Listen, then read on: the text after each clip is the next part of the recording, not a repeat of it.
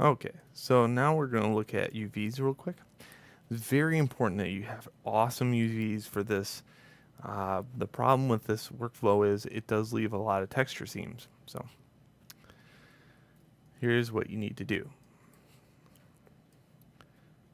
Since this is a cylindrical item, I'm going to cylindrical map it.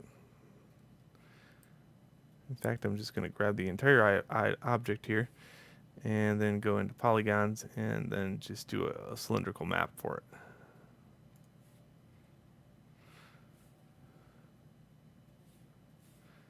In Window UV Texture Editor, I have this. Okay, I'm just going to take the UVs and kind of move them off the map, grab them, move them down. You can see I have this stray UV way out here. Okay, so my next thing is to only get the top of this device. This is a little bit trickier, so we're going to kind of rely on the ability to chop off. If you double click edge here and double click edge here, you can cut.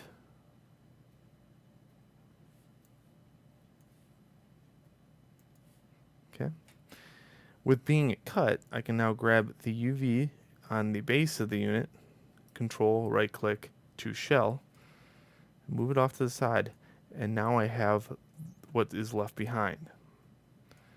If I highlight these faces, you can see that did probably a nice job of highlighting just the top and just the bottom. This will make it so I don't have to go in there and try to fish out the top and bottom.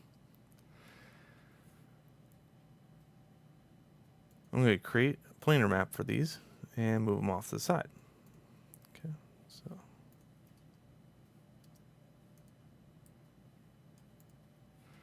so this is what I have. I have 3 shells.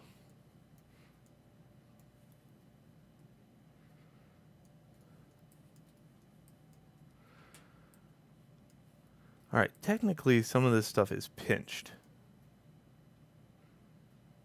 So the thing I'm going to do is go in and unpinch those by going into the UVs here and hit unfold.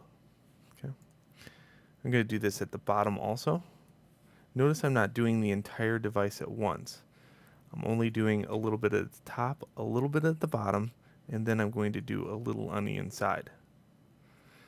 You're going to find that if you do this, it will not fold in on itself.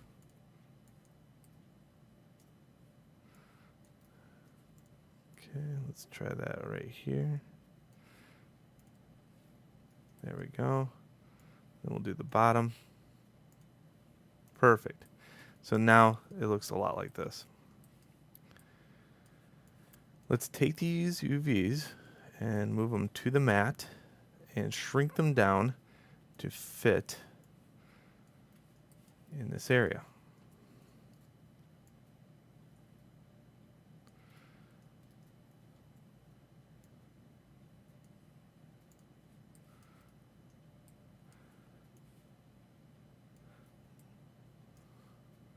Let's pretend that this is the most important shell.